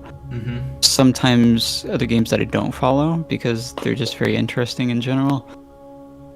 But I always try to develop knowledge about just different stuff in general, because then you can always just you can like apply different things. Like you can just steal something. I quote unquote steal. Like if you're developing a game and you just like, oh, I like what this game did in this one scenario because I remembered it, and then you just take like different stuff from different parts of games. I guess that's true. Yeah, I mean you could call it inspiration, you could call it stealing, but Yeah.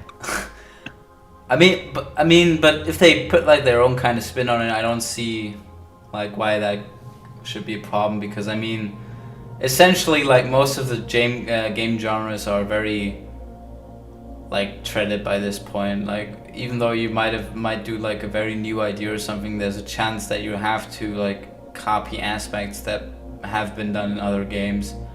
Like no matter how original your idea is or how kind of funny your concept is or your characters, like some of the parts you're going to get in your game are probably going to have appeared in some other game. Like even Hollow Knight is an example from that, and even, I mean, Silksong won't be as well, which makes sense. But it's the kind of comparisons that I've kind of noticed. For example, like the new rosary system in Silksong, where you can spend money on rosaries. You can spend rosaries on doing a rosary string, or you can like crack open strings that you find in the wild or something at any point to get you like some boost for your money.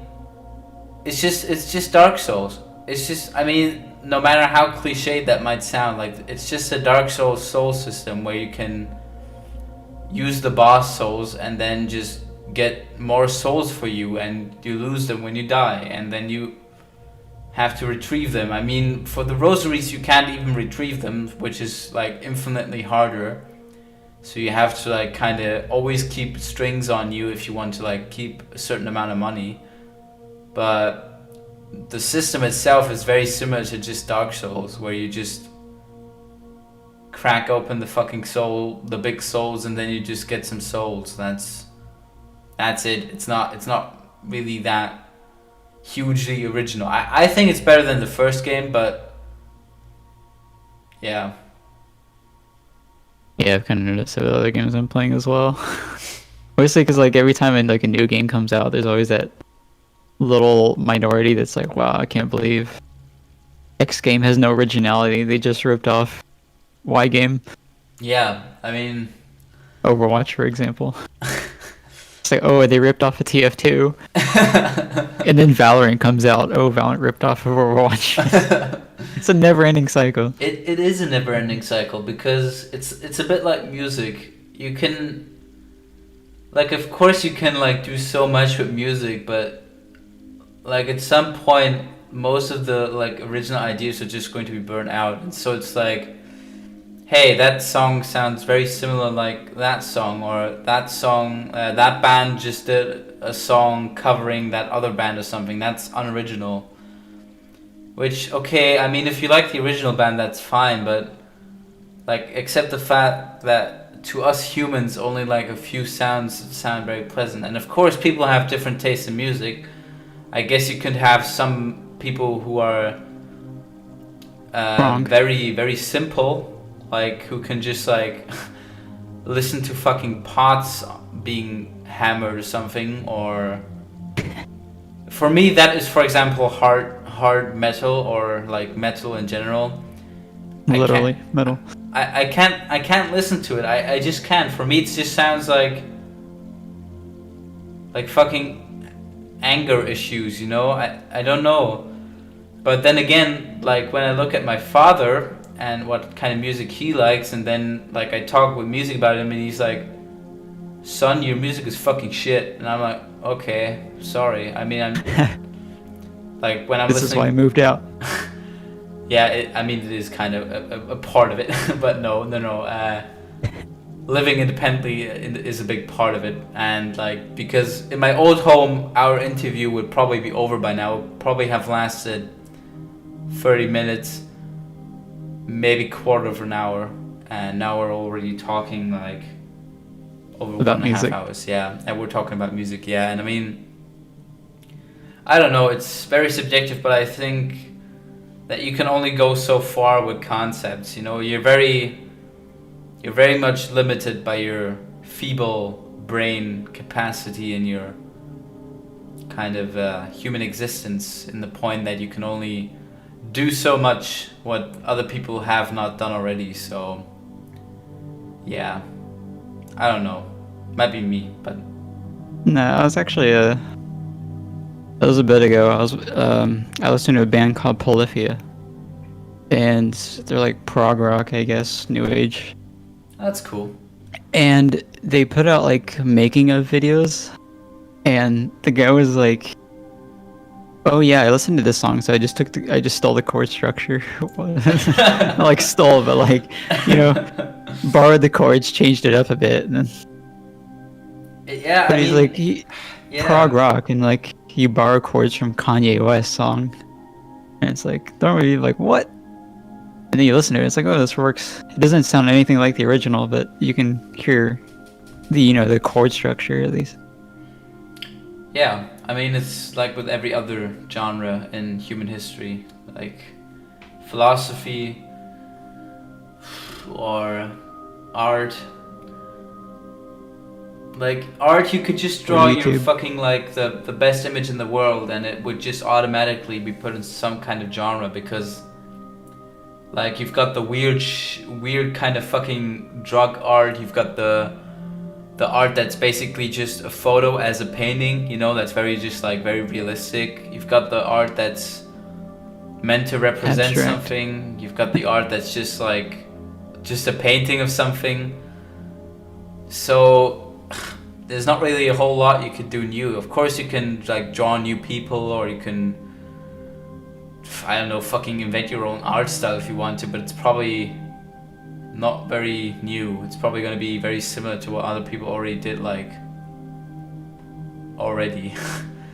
So like a build on what's someone did in the past. Precisely, yeah. That's what pretty much anything is anymore. Yeah, exactly. I mean, even like calling out YouTubers. I remember when like 1.5 hours ago we talked about the originality on YouTube. There is none. There is no originality. Even that, what I'm doing, or what I'm trying to do now, a podcast series interviewing people, is not new. Or reviewing stuff is the most unoriginal thing ever. And of course you have to try to like kind of find something new.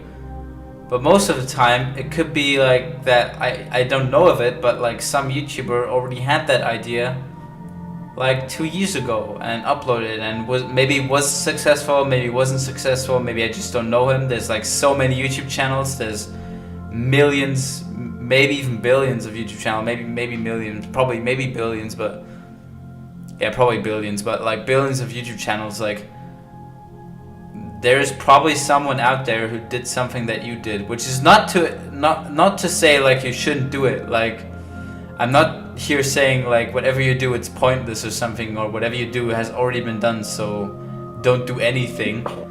Like that's not what I'm saying. I'm saying that you don't have to be surprised when someone's like, hey, that's very similar to what like that person did. You should just be like, okay, I don't care or something.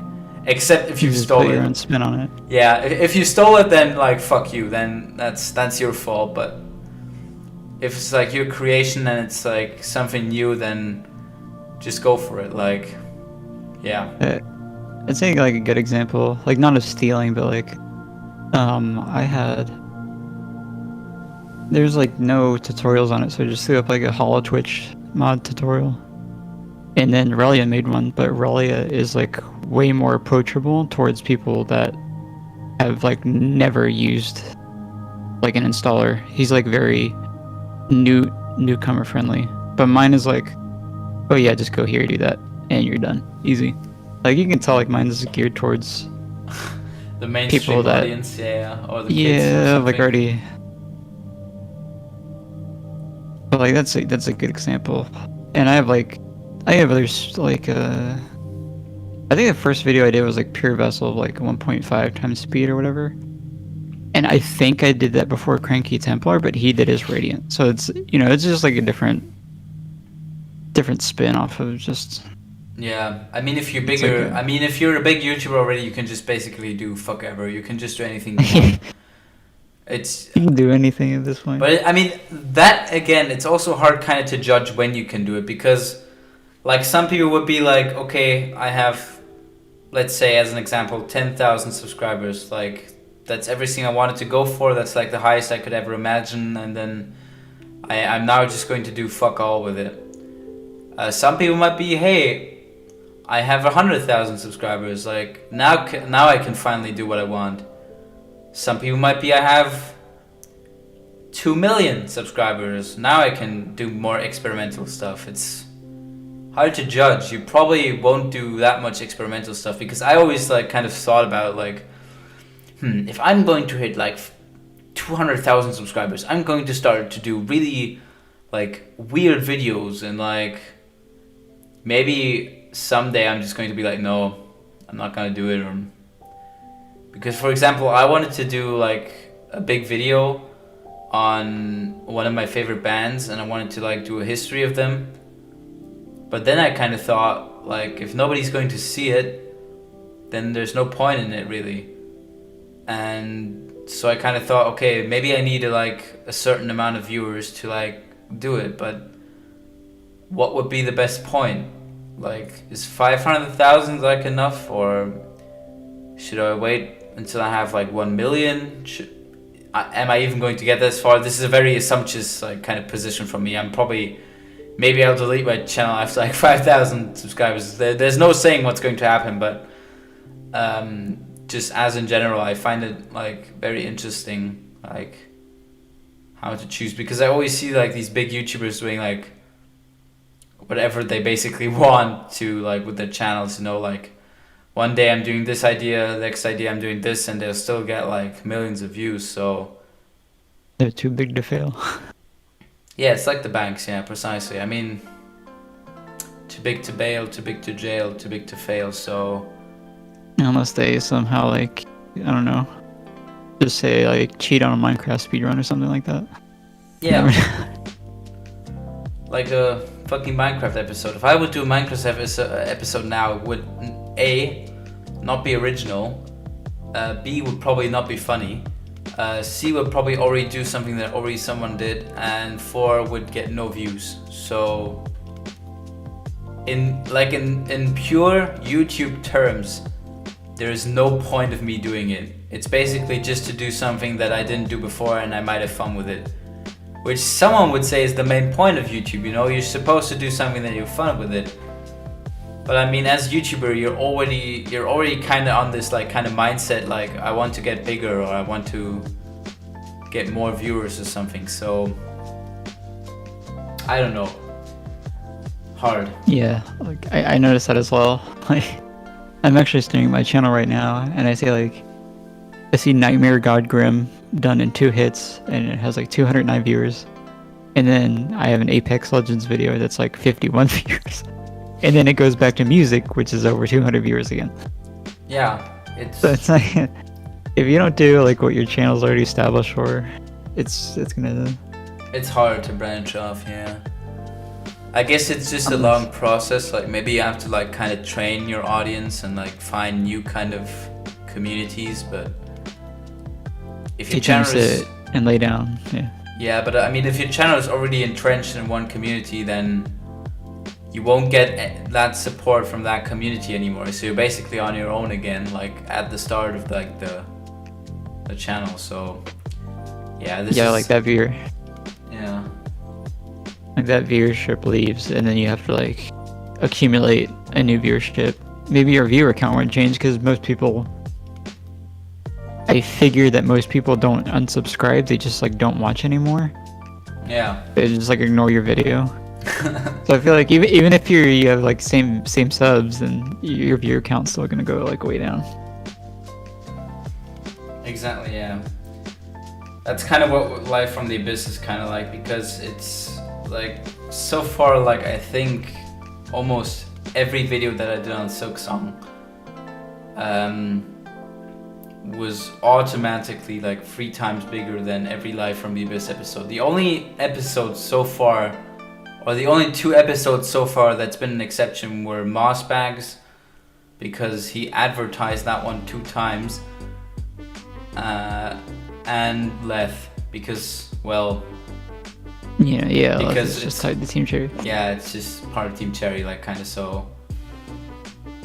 Which is funny because the announcement for the fucking episode with Les got more viewers than the actual interview, which is just funny to me, but well, whatever. I don't know. I guess it makes sense because, of course, those people are going to be watched more than, I don't know, like not as an offense here. Like I love those guys, but like maybe like Taco or something. But it's like not many people know him yet. Like maybe in 10 years when he has like 1 million subscribers, maybe then the video is going to suddenly get like, I don't know, a few thousand views more. But like right now it's just a very small branching series. But I guess that it's a bit egocentric to kind of put that on here, so it's just like basically that's for everyone. I mean, it's like the same experience for most people, so who am I to complain? Can't believe you brought me on the interview just to talk bad about my subscriber count. How dare you? I came on here to demean you, and even though we actually wanted to demean other people, we just fell into this cycle of demeaning ourselves again. Well, what else was I going to say?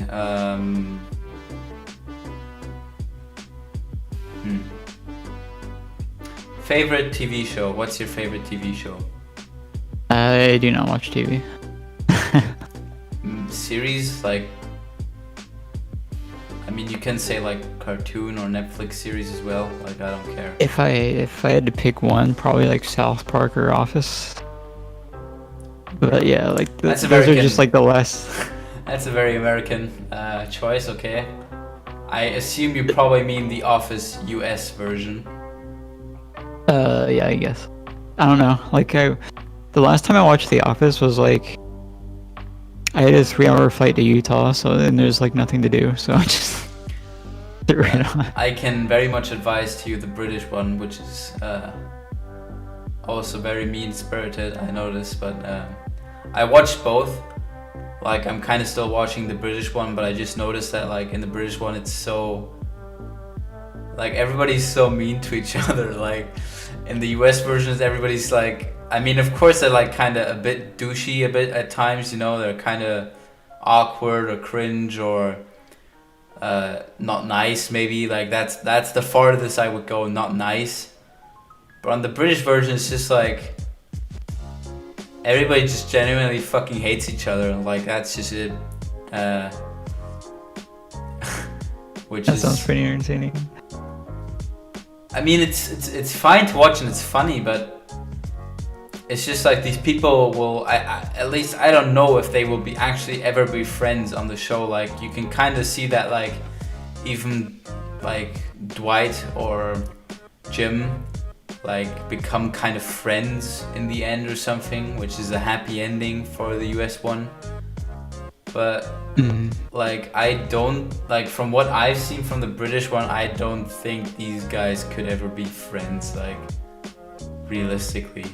The German one is even more confusing. The German one is just, I only watched a few episodes of the German one and the movie, and that was just weird. The German one was just weird. That's like my takeaway from it. There's a whole movie for it? Yeah, it's called Stromberg, which is just the name of the guy, like the head of the office guy. So it's basically if the it's basically if the US version had been called Michael, or yeah. I don't know what the British guy was called again, but so basically that's basically it. But the movie was so weird because it was funny, but it was very weird. So yeah, I watched three Office versions, and they're all very distinct from each other, which is very interesting. But well, yeah, I'm not really into. I only just like those two because those are like the last two I even remotely watched or referenced, I guess. Most of my time just spent on like when I was little, yeah. Like not anymore. You don't watch SpongeBob when you're grown up? I like the only thing I like technically watch anymore is like Twitch or like YouTube. That's pretty much it, to be honest. I must admit, I don't like watching Twitch. It bores me after a certain point. Like even very interesting streams just bore me. I don't know, it might be like I'm kind of used to this kind of YouTube style of videos where like every second something's happening and it's cutting and stuff. Which you can't even say for my videos, which are not very active, like, and it's cutting and stuff. So, but I'm kind of just used to the style with like lots of effects and something, and just when Twitch doesn't have that, it's just like a continuous like kind of action basically, you know, like an action that doesn't cut. It's just like happening in real time. I find that very boring. But Yeah. I can see the appeal for other people. It's just not mine. And hell, even like I only watch like speedruns pretty much on Twitch, and that's it. Speedruns. Any other time I'm just like on YouTube watching. Most of my subs are like Hollow Knight, but other times it's like informational stuff. Like I have Playframe. Not the I forget what they're called, but it's not Playframe is like their Let's Play channel, and then there's like another channel where they do animation courses and like not like courses, but like they review other games and how they do animations and stuff like that. And then I have like SciShow Smarter Every Day. Kurzgesagt, I probably butchered that very hard. Game Maker's Toolkit. You know, like informational stuff. Otherwise, I don't really. I'm not. I mean, it's fine. Like, I'm not like saying anything. I'm just like, I don't know. I think like I always had a very bad experience with streaming because always something would go wrong for me. Like either the quality is completely dog shit, or my audio is bad, or the stream gets ended or something abruptly, or something always fucking stupid happens for me, and I don't know. It's just that very much sounds like Twitch to me. Yeah. Yeah. I tried to stream like in the early days of Xbox, like before like the update did away with it, but you could just like stream onto Twitch from your Xbox. And for some reason I tried it a bit, but it just wasn't good. It's just like an honest review of myself, that was fucking terrible. I would watch that. Yeah, but I was small and I was a cringy child. But I guess cringe content is kind of funny, but yeah, I myself wouldn't be like to be the subject of the crunch. So yeah, I don't know.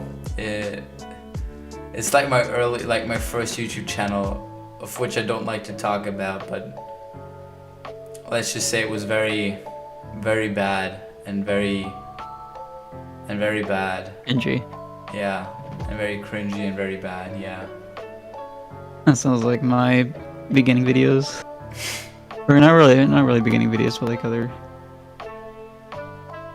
They're just like not very good. Yeah. I don't know. I guess it serves like as a first experience because you're kind of getting used to like doing these kinds of stuff, but I think my wish would have just been to my younger self that I didn't upload it, like maybe kept it but didn't upload it.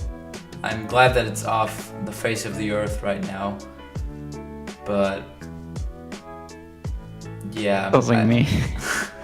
I'm not trying to say anything like to the younger people who want to do like YouTube yet. You will go through that phase where you like, maybe like I'm still in that phase, I don't know, where you're like kind of like, oh yeah, I can become a YouTuber, and then just do monkey shit and it's bad. And I think like my earliest videos on this channel even might still kind of represent that. I don't know what kind of phase I'm in right now, so it's hard to judge, but why does this subject always turn to me? Fucking damn it. I mean, it kind of applies to me as well, just in like different ways. I don't even know if Gothier watches, but I don't know, maybe I'd be interested to hear his take as well. But before I talked with him before, but I didn't talk about that subject, sadly, because yeah. Or like music, but you just like make something, that make a full track, and then you just sit on it for a while and not do anything. You just listen to it over and over again, and then over time you realize like how cringe or bad something is, and so you change it.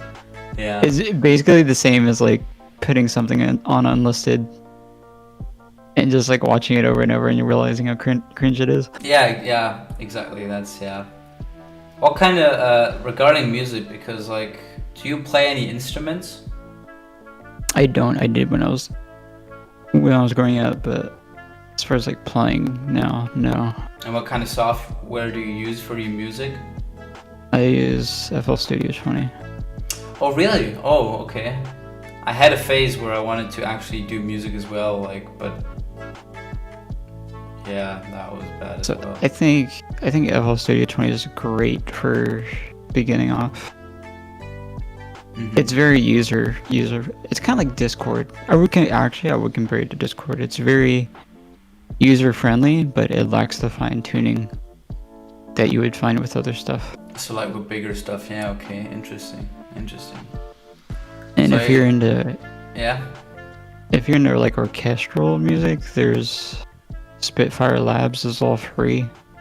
I mean, I won't do music, but yeah, I think Spitfire. I think that says something, but I definitely know FL Studio because I think that was the like go-to when I was looking up into it. It was one of my phases again where I wanted to do music, but yeah, interesting. Okay, so regarding music, actually, like we got 2 Silk Song soundtracks.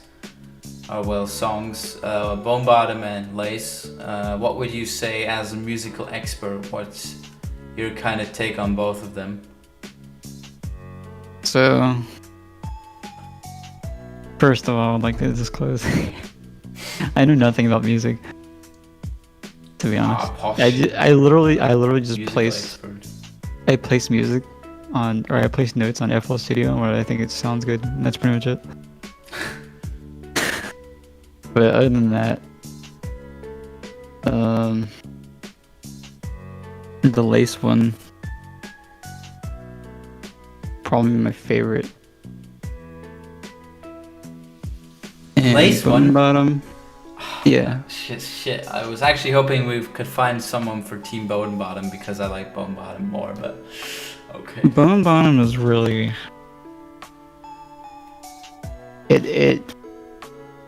It's like really close to being perfect for me. But then I don't like the violin in it, to be honest. Okay, Like we're maybe, going in that like, way. Okay.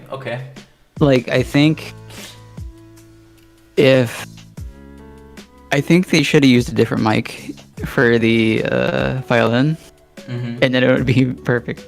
That's like my only quarrels with it. It sounds so like so distant. Like it's like they recorded it from like a tree mic or like something in the back of the room. It doesn't sound like the more close something is to like the ear, like the more like intimate it is. And Bone Bottom, with like how melancholic, I guess would be the word. It really strikes that intimate feeling. But then you hear the violin sound. Yeah, and then you hear the violin so like far away, and it's like, oh. I think that's my take on it. It's so close. I don't like Leth that much, Lace that much because, Leth. I don't like the Lace theme that much because for me it's very. I like action-paced music, but for some reason I prefer like kind of more calmer stuff, which might change when the game is out. Maybe like I'm sick of hearing Bone Bottom like every time I enter the fucking town again or something when I enter it like a million times. Maybe then I'm going to be like, oh yeah, okay, no, I don't enjoy this, or I find the other one better. But for now I like the somber kind of more calmer one more than the action-paced and kind of quicker one. But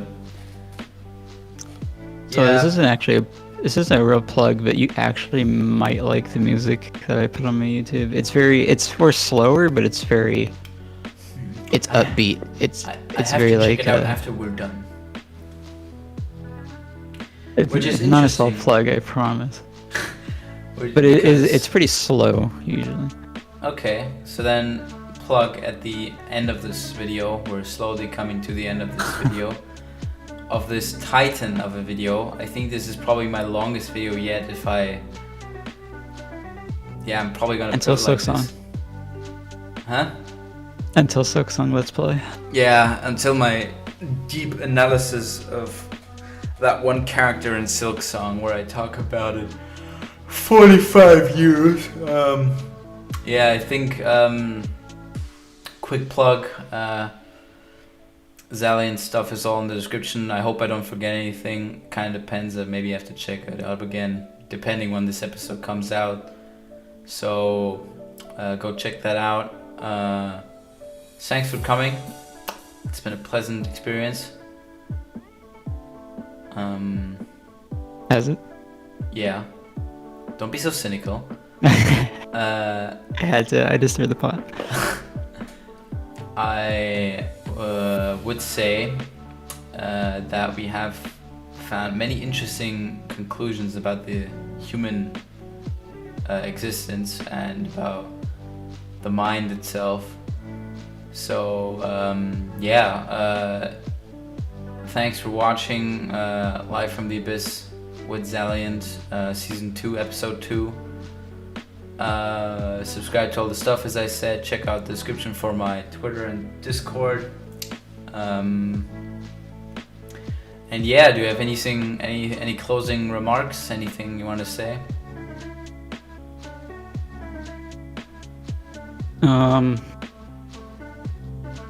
Thanks for watching. That's a nice way. That's a nice way of ending an episode. I hate all of you. That's a bad way of ending an episode. Okay, good night and speak soon.